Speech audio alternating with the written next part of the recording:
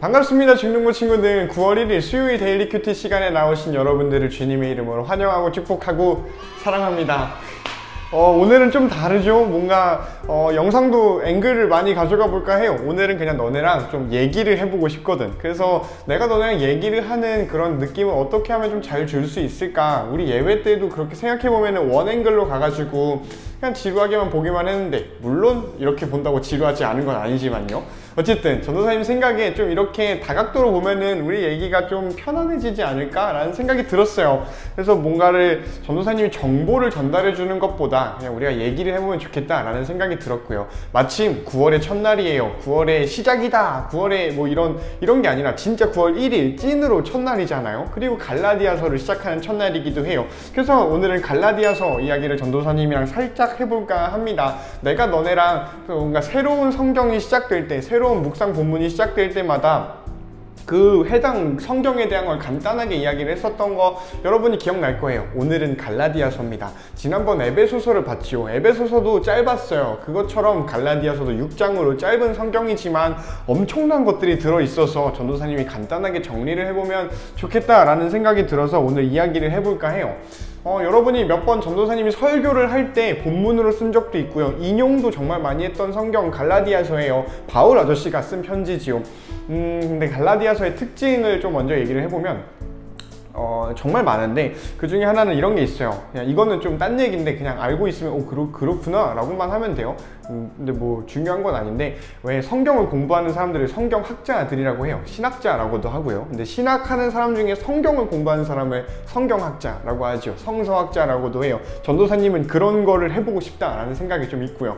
어쨌든 그래서 전도사님이 이 갈라디아서를 이렇게 공부를 해보려고, 여러분이랑 이렇게 나누려고 공부를 좀 해봤는데, 이 갈라디아서를 보통 어떻게 얘기를 하냐면은 바울의 신학을, 바울 아저씨를 얘기를 하려면 갈라디아서를 넘고 가야 된다. 그러니까 바울을 읽으려면 첫 번째 넘어야 되는 산, 이게 갈라디아서라는 거지요. 그만큼 갈라디아서는 바울을 이해하는 데 있어서, 성경을 이해하는 데 있어서, 특히 신약 성경을 이해하는 데 있어서 정말 중요한 그런 서신이라고 알려져 있어요. 그리고 갈라디아서는 되게 특이하게 다른 성경들도 많이 있잖아. 그러니까 다른 신약 성경이 많이 있잖아. 뭐 디모데 전서, 뭐 데살로니가 전서, 데살로니가서, 뭐 베드로서, 뭐 로마서, 뭐 이런 것들 있죠. 뭐 빌립보서, 빌레몬서, 에베소서, 이런 것들이 많이 있는데, 바울이 썼다라고 하는 그것들이 많이 있는데, 이 갈라디아서는 갈라디아서 하나만 가지고 바울의 생애를 정리할 수 있다라고 할 수 있는 책이에요. 그만큼 바울이 어디서 어디로 가고 언제 어떤 일이 있었고 이런 것들의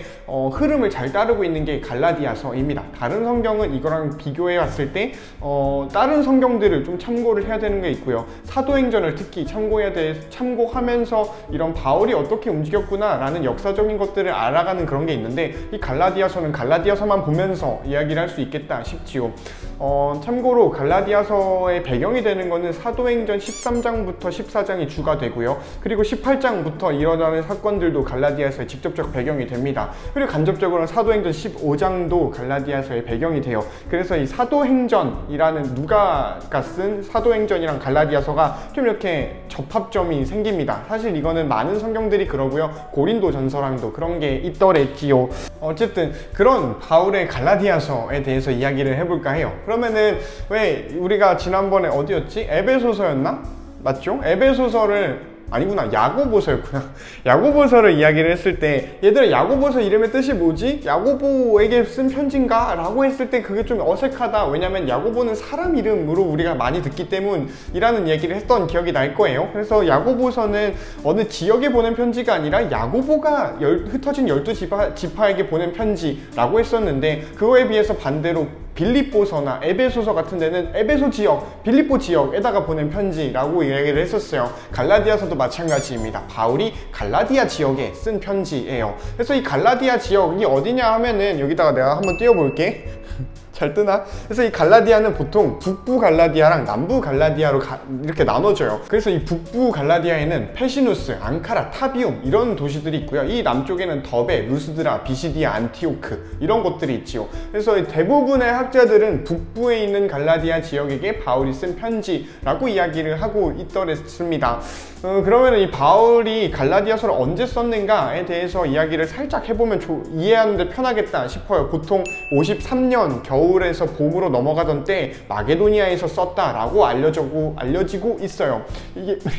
이게 사도행전이나 아니면 갈라디아서를 보면 바울이 어떻게 움직였다라는 게 나오거든. 그래서 보통 3개로 나눠요. 49년부터 51년까지 바울은 고린도에 있었다라고 나타나고 있고요. 그리고 51년부터 55년까지 바울은 에베소라는 지역에 있었다라고 성경은 이야기를 해요. 그리고 나서 마게도니아로 55년부터 56년까지 떠나서 마게도니아에서 이렇게 거쳐가지고 예루살렘에서 체포가 56년에 되고요. 58년에 로마로 압송이 되고 2년 동안 투옥되어 있다가 이제 60년에 순교를 당한다. 네로 황제에 의해서 순교를 당한다라는 로마의 기록이 나와 있습니다. 그래서 이때가 언제냐면은 로마서가 집필되기 직전이면서 고린도 전서가 쓰이고 나서 이후였다고 했습니다. 그래서 좀 헷갈리죠? 그래서 이 얘기를 우리가 알 필요가 있겠나 싶은데 그냥 알면은 좀 흥미로운 것들이니 그냥 알아만 놓으면 좋겠다라는 생각이 들어요.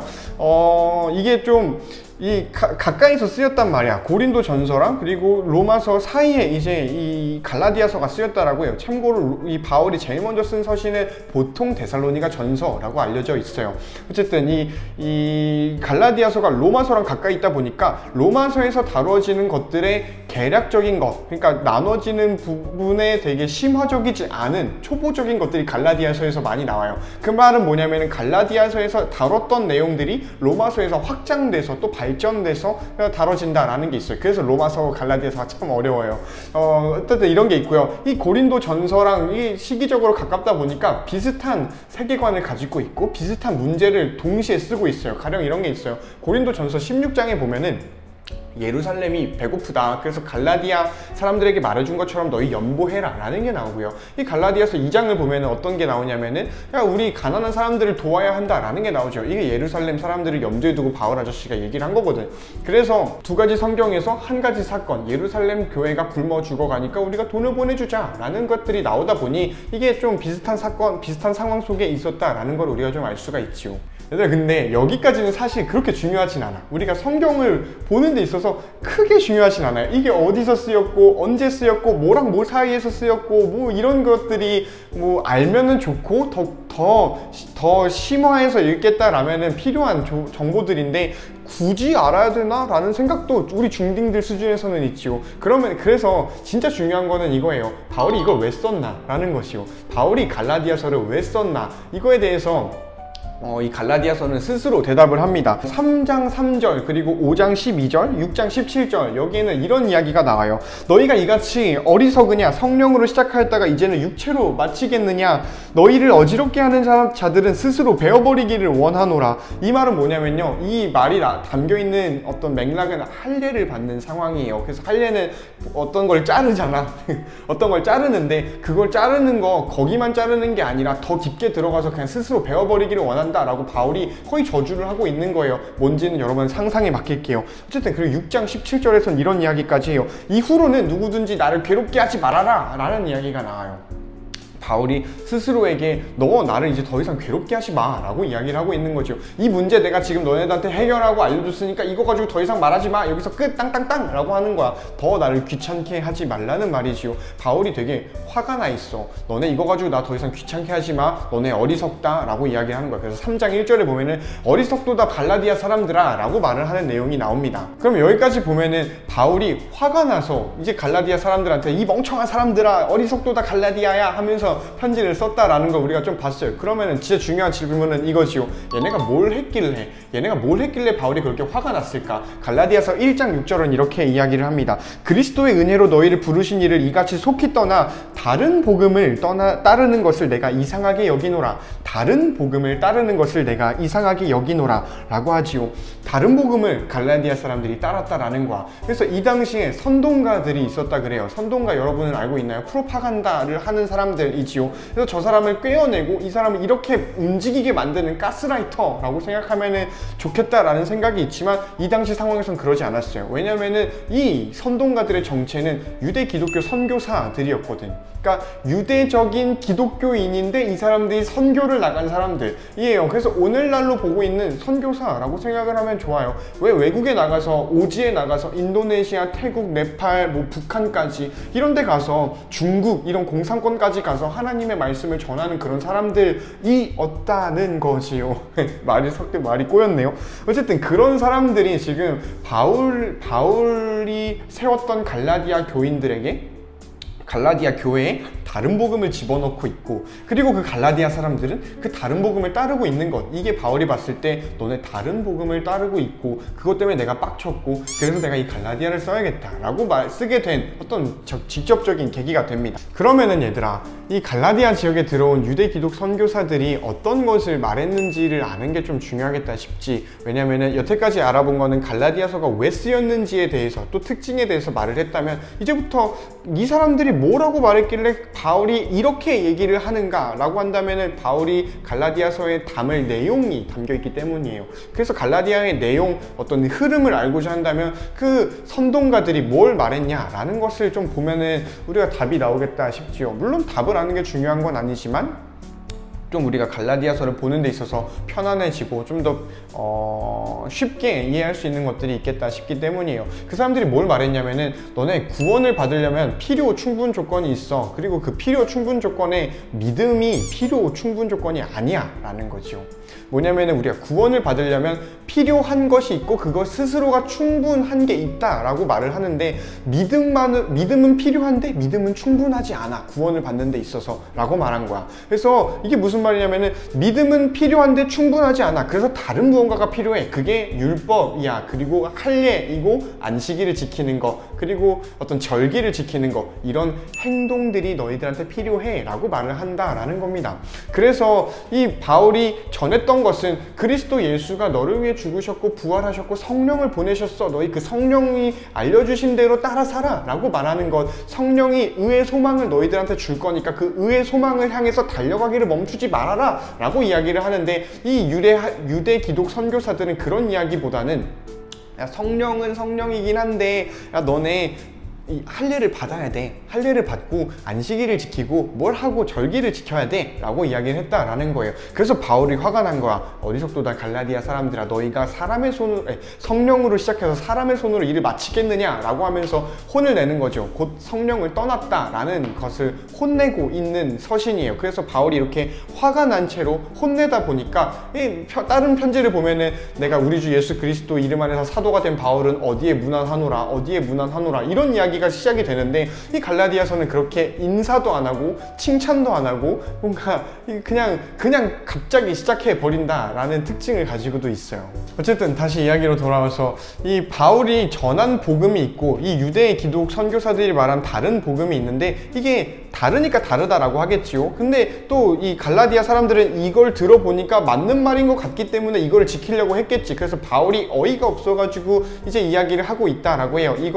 여기서 스파크가 튀는 주제를 어려운 말로 칭의라고 해요. justification이라고 하는데, 이 칭의는 사실 이 클립에서 다룰 만한 내용은 아니고요. 뭐 설교에서 다룰 만한 것도 아니고, 사실 이건 뭐 강의를 전도사님들 강의로 듣는 거지 설교에서 칭의를 듣는 거는 좀 어려운 일이겠다 싶어요. 그래서 이거에 대해서는 나중에 더 깊게 나눌 수 있는 기회가 있다면 거기서 나눠보기로 하고요.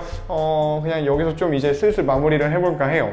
여기까지를 좀 정리를 해보면, 바울이 화가 나서 마게도니아에서 예루살렘으로 가던 길 어딘가에서 갈라디아 교인들에게 편지를 쓰기 시작한 거지. 왜 썼냐 하면은 거기에 양아치 같은 그런 유대 기독 선교사들이, 선동가들이, 다른 복음을 전하는 사람들이 나타났기 때문이에요. 근데 우리가 다른 복음이라고 말하니까 좀 그거 이단 같은 거 아닌가 라는 생각이 들겠지만, 사실 잘 생각해보면 할례하고 안식일 지키고 절기 지키는 거 유대인들이 다 했던 거거든. 그래서 특별하게 이상한 건 아니었어요. 오히려 특별하게 전통적인 거랑 다른 건 바울이 이야기가 하는 거였지요. 유대교 입장에서는 말이야. 그런데 이제 어쨌든 바울이 봤을 때 예수님이 몸소 십자가에서 우리를 위해서 행하신 일들이 있고, 그래서 복음이 우리에게 다가왔고, 그래서 성령께서 우리를 이제 의롭다, 의를 바라볼 수 있도록, 소망할 수 있도록 해주셨는데, 그거를 자꾸 육체로 이뤄내려고 하니까, 사람의 힘으로 구원을 얻어내려고 하니까 바울이 화가 난 거야. 그래서 이제 편지를 썼다. 이게 갈라디아서다 라는 이야기를 했지요.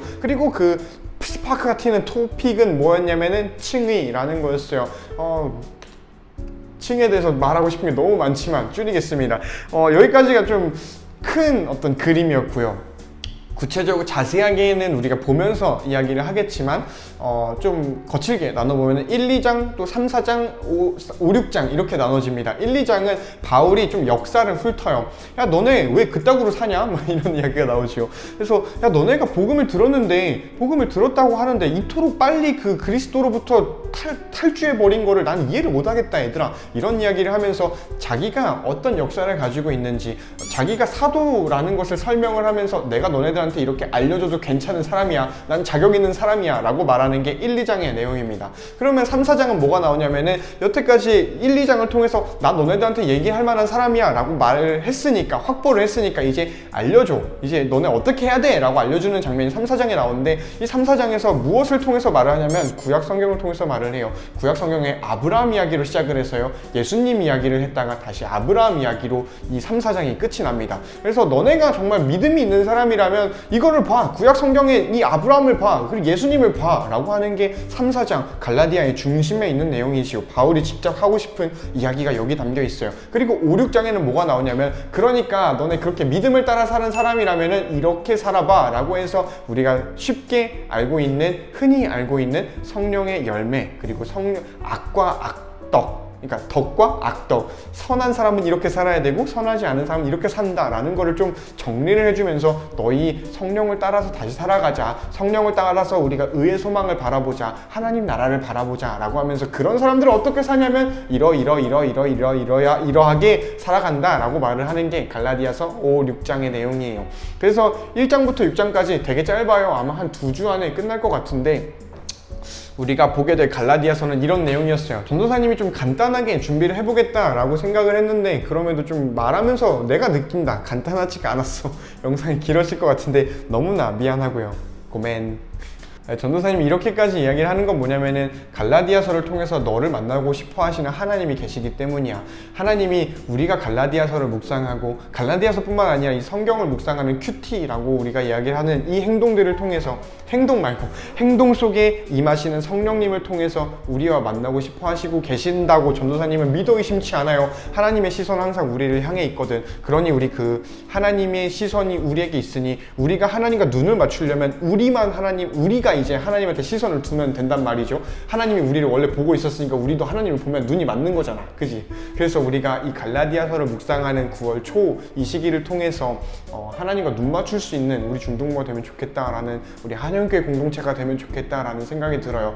그래서 좀 더 구체적인 것들은 우리가 직접 본문을 보면서 전도사님을 데일리 큐티 하면서 이야기를 하게 될 거, 또 알게 될 것이라고 생각이 들기 때문에 이 정도로만 영상을 마칠까 하고요. 그렇습니다. 어쨌든 시작된 한 주, 시작된 오늘, 시작된 9월, 여러분 주님 안에서 행복하게 살아갈 수 있는 형통한 여러분 되기를, 꽃길만 걷는 너희가 되기를 축복하고 중보하고 기도할게요. 그러면 우리 잘 살고 금요일 큐티로 만나요. 안녕, 안녕, 안녕.